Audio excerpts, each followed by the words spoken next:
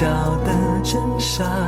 虽然你的心思变化无常，只有我知得住你无天无法，懂你无厘头的话。窗前明月光，依偎你肩膀，举头望明月，低头把你想。月光光，心慌慌，真是花好月圆的好时光。天上的一对，地上的一双，牛郎织女不相忘。天堂再美，美不过你心房。银河也宽不过你胸膛。把你紧紧绑进我的未来，说什么都不肯放。你是我的好时光。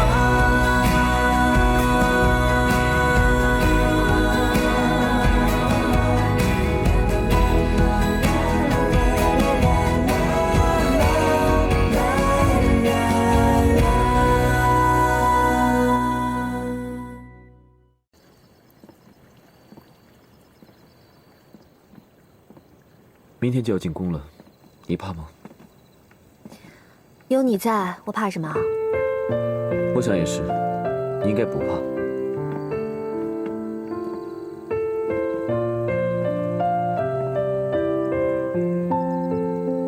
麒麟，你给我讲讲娘好吗？比方说，她喜欢吃什么，喜欢玩什么？他喜欢吃面条，喜欢吃甜食，还喜欢绣花。还有呢？娘喜欢做好吃的给我吃，每年夏天的时候还喜欢带我去河边捞鱼，还会带我去放风筝，去抓萤火虫。她对你真好。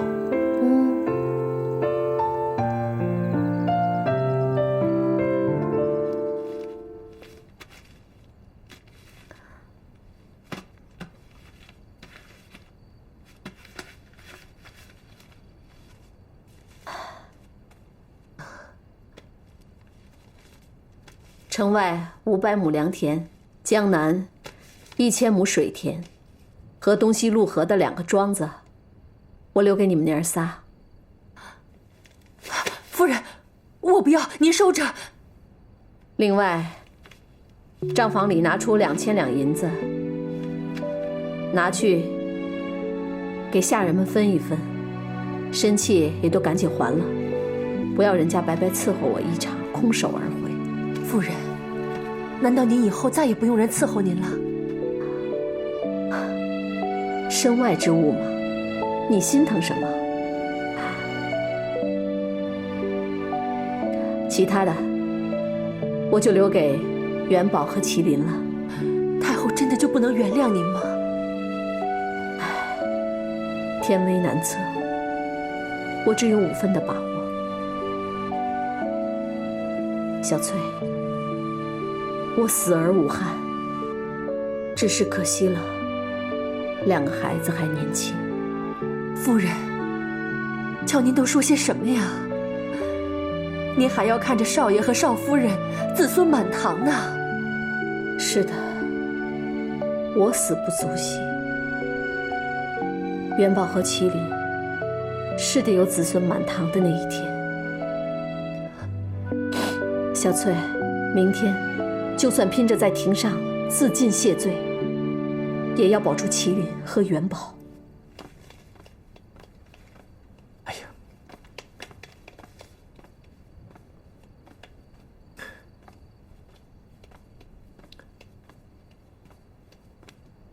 长风，你这么走来走去，我眼睛都花了。明天就要去见太后了，你说这可怎么办啊？的确，我们什么办法都没有。怎么办呢？怎么办呢？啊？怎么？你害怕？我不怕，但我担心你啊。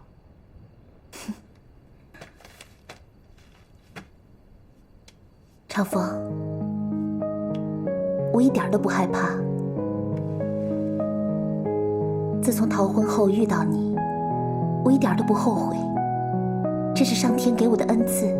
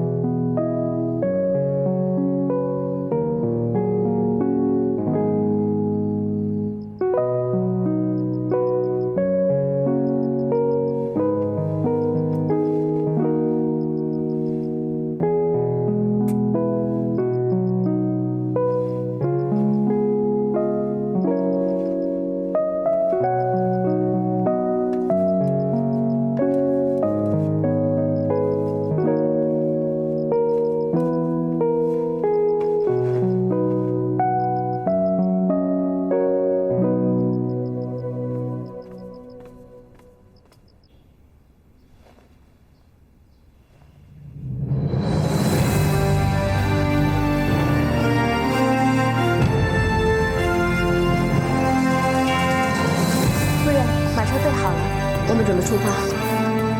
哎，元宝呢？今天早上一起床我就没有见到他。娘，元宝，你去哪儿了？因为要进宫了，所以多做点准备。出发吧。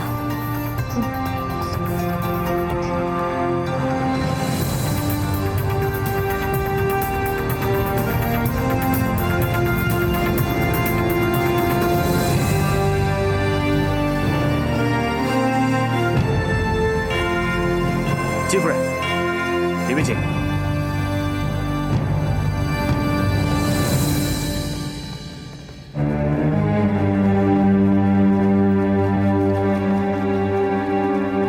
刘大人，里面请。你们在外面等我。是。柳如月、金元宝，你们母子二人齐心协力，将一件待嫁的大事瞒着我，实在是胆大妄为之极。究其根本，此事是因为玉麒麟替母寻子引起的。这样说起来，根源还在20年前你夺子那件事上。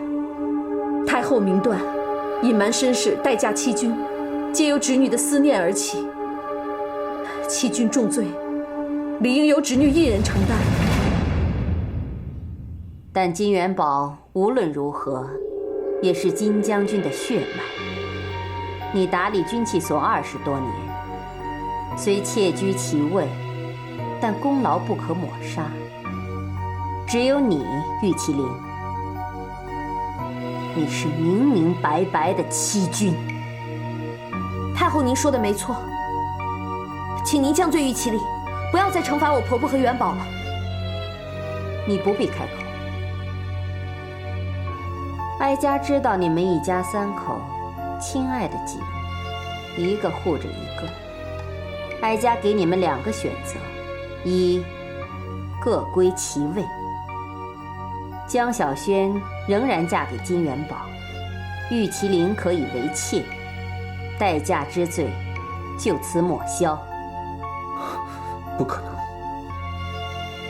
我这一生只愿意娶玉麒麟一人。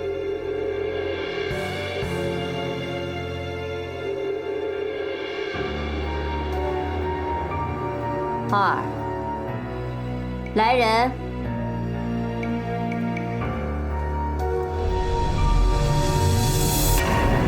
哀家赐予毒酒，赐死玉麒麟。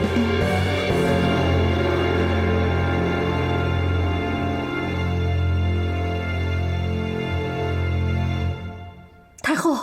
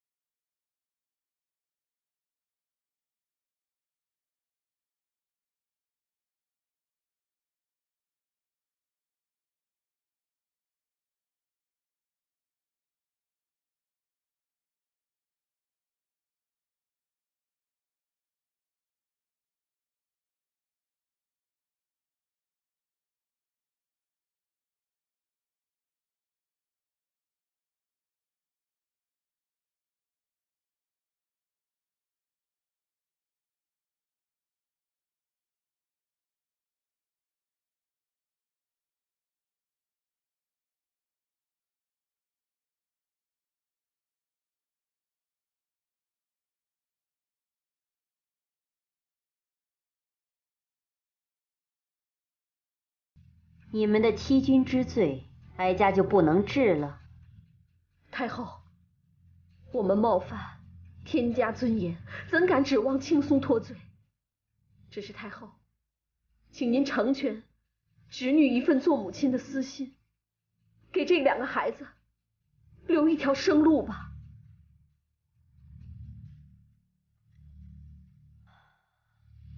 就像您刚刚判定的，根源都在于20年前夺子这件事上。那我柳如月愿以一身抵所有人的罪过。娘，不要！麒麟，民女启禀太后，您说的对，凡事都要付出代价。自我不知轻重嫁进金府之后，所有的责任都应该由我一个人来承担。只是您说的各归各位，恕民女没有办法从命。不管是为了金元宝，还是我的好姐妹江小轩，我都没有办法接受您给的第一条选择。我甘愿喝下这杯毒酒。元宝，你的意思呢？我这一生只愿意娶玉麒麟一个人，绝对不会娶江小轩的。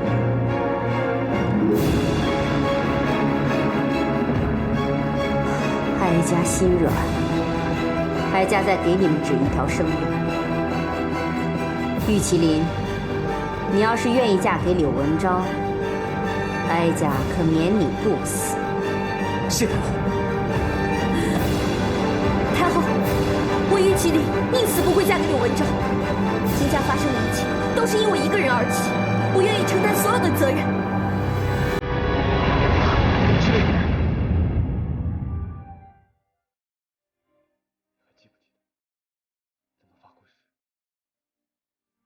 要永远相信对方。记得。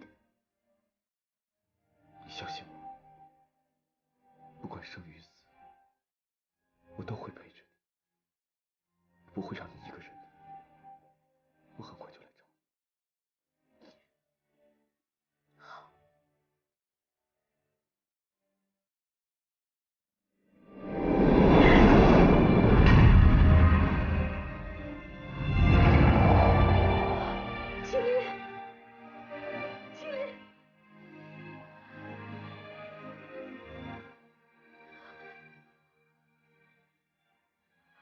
麒麟，你让我怎么对得起你娘？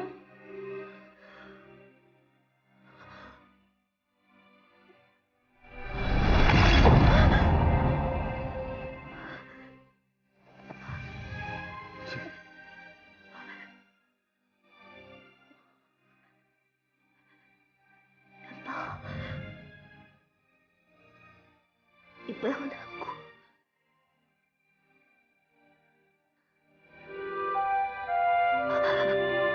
我不后悔，也不害怕。娘在下面等着我呢，我不会孤单的。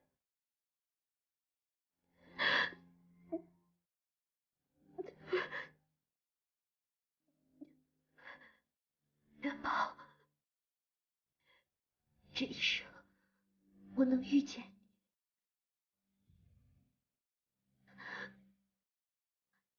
嫁给你，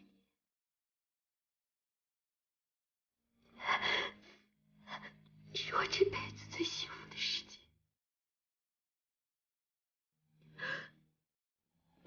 麒麟，我一定会陪你，这也是我这辈子最幸福的事情。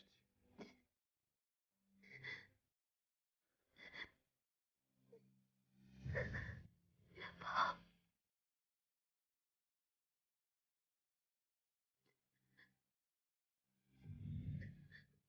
我舍不得你，对不起，不能陪着你。不要，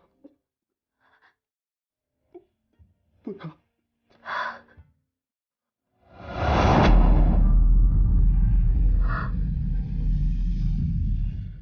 麒麟，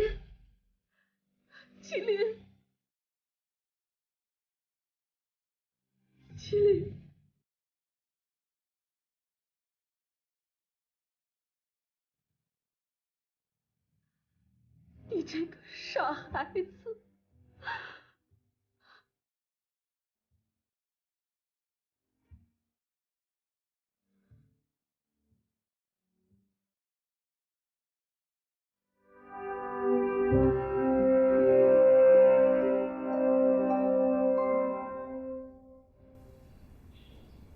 你们母子的罪，玉麒麟抵了，这就可以走了。不必了，请太后赐死。金元宝，你别以为哀家不舍得杀你。既然你一心求死，哀家就成全你。来人，金氏母子罔顾天威，欺君罔上，罪不可赦。将他们打入天牢，择日再交给大理寺问斩。是。起来。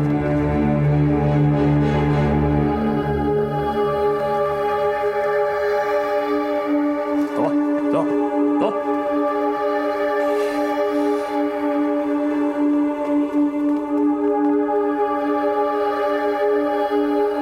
柳文昭，你举报有功。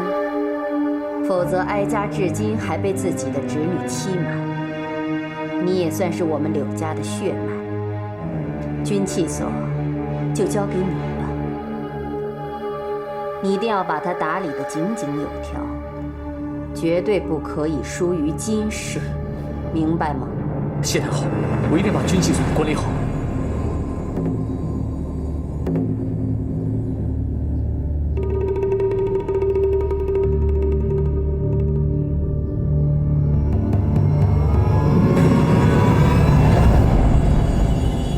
属下柳文昭拜见殿下。免礼，免礼。柳大人，快快请起。恭喜啊，这军器所终于改头换面。柳大人这多年的卧薪尝胆，也算是得偿所愿呐。啊，呵，哪里？应该是文昭恭贺殿下。这天下霸业，归根结底还是属于殿下您的。本王筹划多年。一直就欠军器所这个东风，现在可谓是万事俱备，3日后便可举事。3日？当然，难道还要等到太子登基以后，本王才有所行动吗？本王现在早已心急如焚，3日后，城北大营便有士兵哗变。届时，城外军心不稳，城内流民四起，本王就可以在此时带兵进攻秦王。所谓得道者多助，失道者寡助。这太子太不得民心了，这还未登基便引起了哗变，这怎么能行？本王这也是为了社稷着想，不得不大义灭亲。到时就应该是陛下了吧？文昭提前恭贺陛下。柳大人，你这掌握着城内重兵军火，到时候少不得要助寡人一臂之力。为公益于利民，为私富贵加身，文昭敢有不从吗？今日之事如此顺利，固然是有陛下的福佑，只是有点过于顺利。太后自然是杀伐决断，可是金夫人毕竟是她的嫡亲侄女。嫡亲侄女，就因为这个嫡亲侄女骗了她20年，才非杀不可。难道就是因为这个，殿下今天才没有去宫里面为属下守望张目吗？属下说笑了，天下料事如神，一定是今天料到了金夫人不会有什么好果子吃，才没有去宫里白白走一遭吧。不错，这10拿9稳的事，如果我贸然去了，反而不好。我这个祖母啊，精细过人，如果我无缘无故的替你出头，突然惹她生疑，柳大人，你说是不是？殿下说的是，文昭愚钝了，殿下还有大事在身，文昭不敢叨扰，这就回去为3日之后举事细细谋划。好，3日后，烟火为号。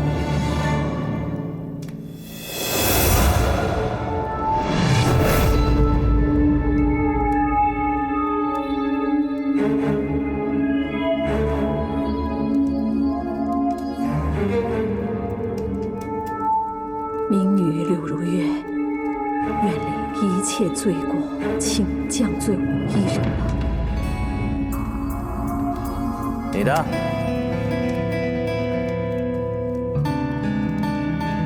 哎，吃饭了啊！吃饭，吃饭。你干什么？他奶奶的！你想要造反？啰嗦，钥匙拿来。休想！你听着，我被太后关进天牢，我左右都是死，无所谓多拉一条命垫背。真要多活几年的话，全看你自己。钥匙拿来。给。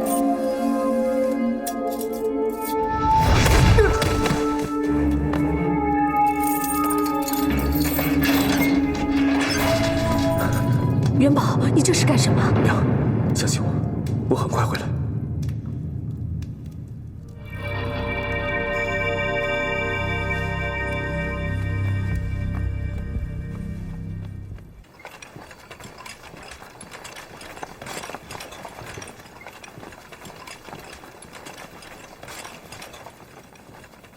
哎，姓柳的，夫人可有交代？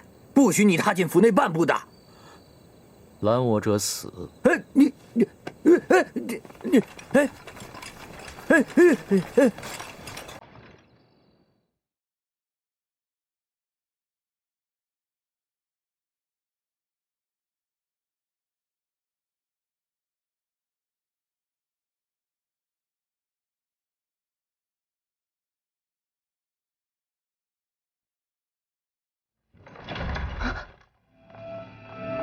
柳文昭，你这个混蛋王八蛋，这儿不欢迎你，你快出去！你来这里干什么？我要祭拜麒麟。这里不欢迎你，滚开！你凭什么教训我？凭我是金家少夫人玉麒麟的朋友，顾长风的未婚妻，你又凭什么？凭我是金府的总管。小轩。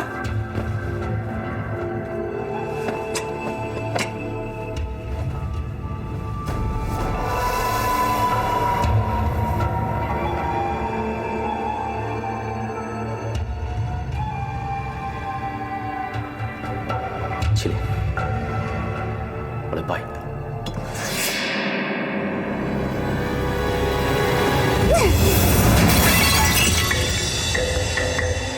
柳文昭，你这个王八羔子，你没有资格来祭拜玉麒麟，麒麟就是你害死的。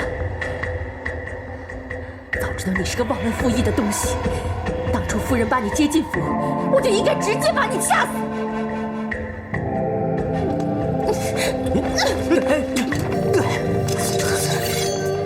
麒麟就是你害死的，你没有资格祭拜他，滚！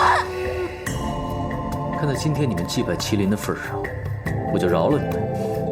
以后的日子还很长，我看你们怎么求我。呸！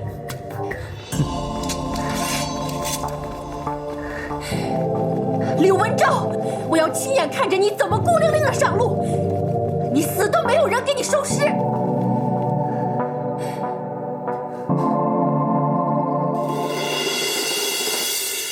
元宝参见太后，多谢绿松姑姑帮助元宝。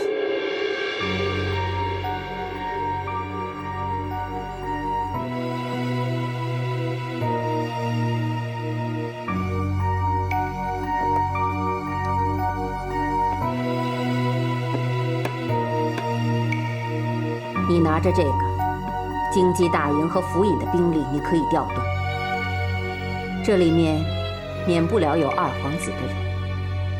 或拉拢，或诛杀，到底如何，你自己看着办吧。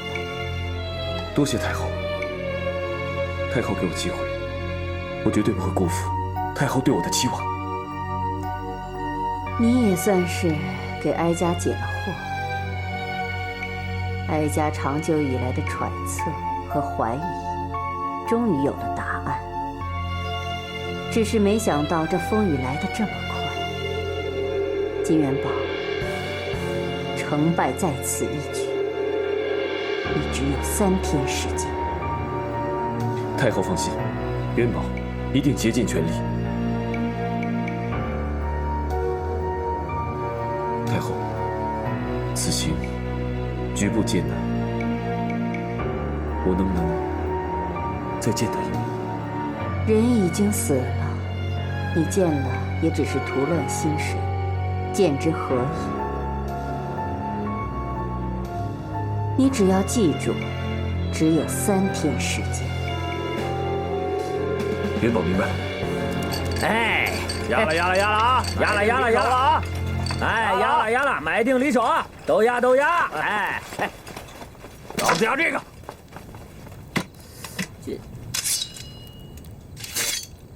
一把破刀，你也好意思拿出来压？老规矩，没有真金白银，免开尊口。破刀，这可是贵人赏的。刀是好刀，这后面的泼天富贵可就不止这一把刀了。都给我拿下！别动！干什么？你们要谋反吗？谋反？好大的帽子！哼，这个帽子本将军可领受不起。哟，玩骰子呢？没这赌局，还真聚齐不了你们了。咱们二殿下就找了这么一群酒囊饭袋啊！金不宽，没有图样。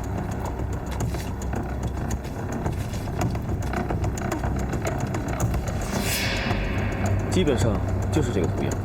凡是有这个图案的，都是谋逆的人马。来人，在！传我的令，把这些人和手下的人马全部扣下，单独关押。有轻举妄动者，斩！是。眼前这几位，现在就给我扒光，照着图样，一个一个搜身。是。哎，你们干什么啊？你们干嘛啊？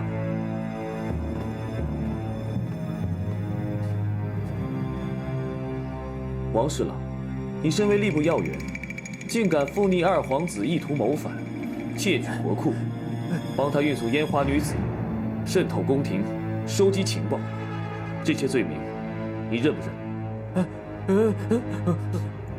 你也知道，这都是诛九族的大罪吧？不敢认是吧？可惜如今太后手中已经有了十分确凿的证据，我看你死罪难逃。但是太后老人家悲天悯人，我再给你最后一个机会。如果你能当庭指证二皇子如何授意你联络人马窃取国库的话，我想太后老人家也许会酌情放你一条生路，怎么样？求太后恩典，求太后恩典！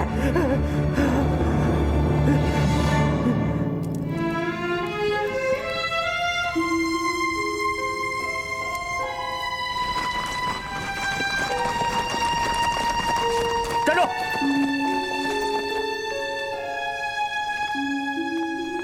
对不起，没有令牌，不得进入。我是金家少主金元宝，没有令牌。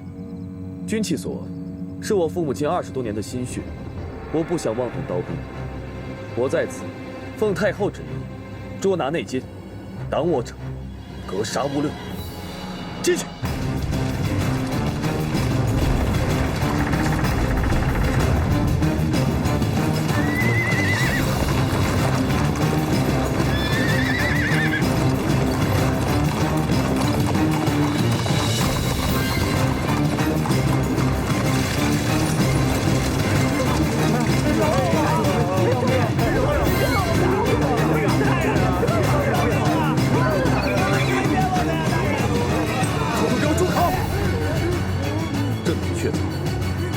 这帮奸臣贼子，竟然敢帮着二皇子意图谋反，助纣为虐，该当何罪？全部带走！是。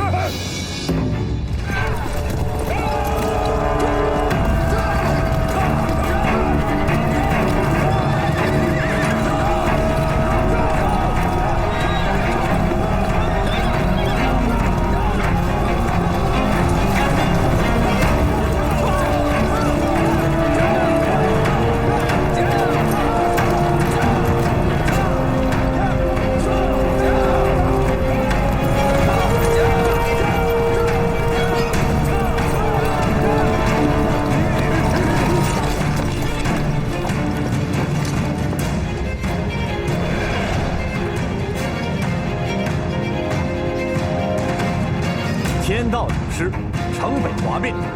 诸位，这泼天的富贵，还要看各位敢不敢来拿。随本王肃清监禁，进攻前往。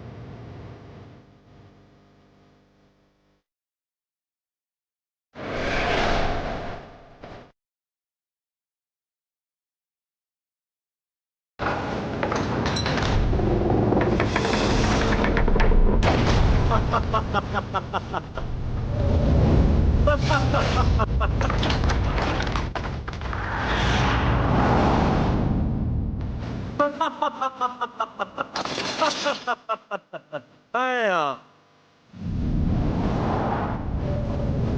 哎，太子哥，高升一步。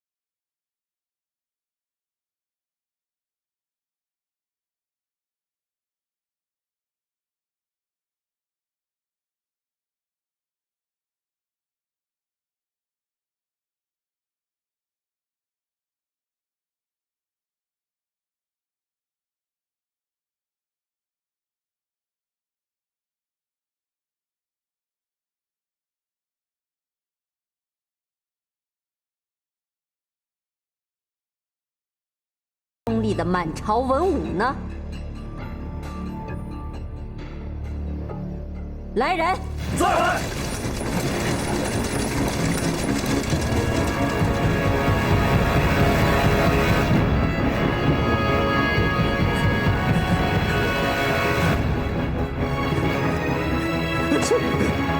太后饶命！太后饶命啊！金元宝，你不是应该在天牢里吗？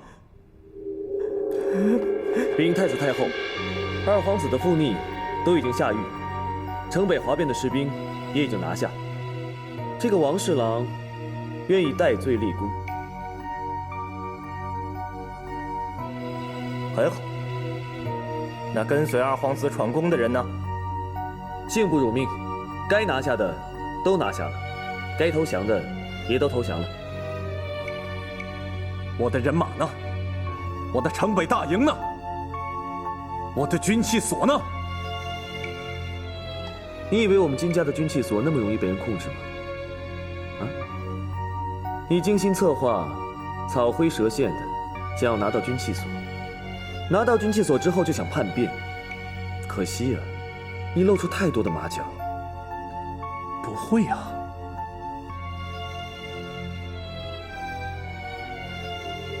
是不是柳文昭那个小人背后告密？